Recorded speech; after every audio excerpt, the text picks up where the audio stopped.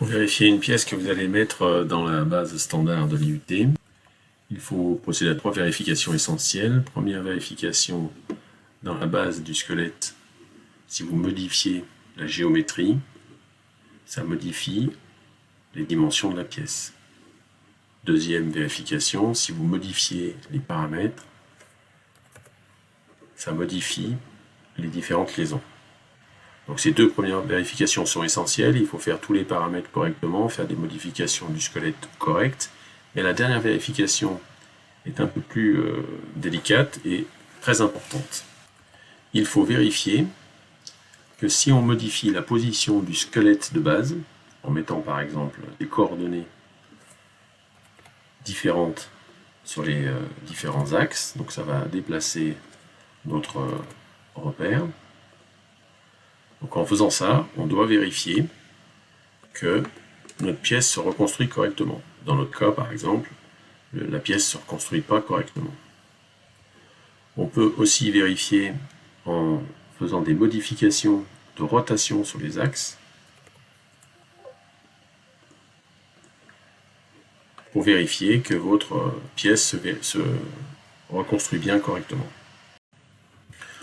Une des erreurs flagrantes et courantes qu'on remarque dans la mauvaise reconstruction des pièces quand on déplace le repère squelette est liée au fait que le repère d'esquisse n'a pas été positionné correctement. Par exemple, dans cette pièce, nous avons créé l'esquisse de cette surface en s'appuyant sur ce plan.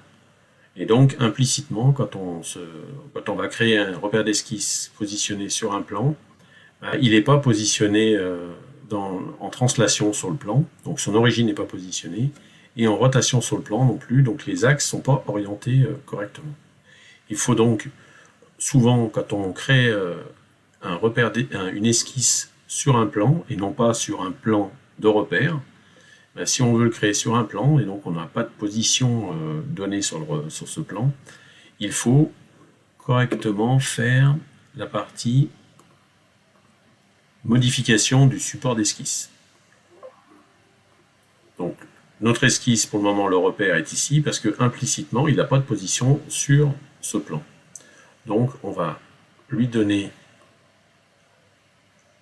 que l'origine, ça sera la projection d'un point, et on va lui donner le point, l'origine du repère pièce, par exemple, pour pouvoir se positionner correctement par rapport au repère.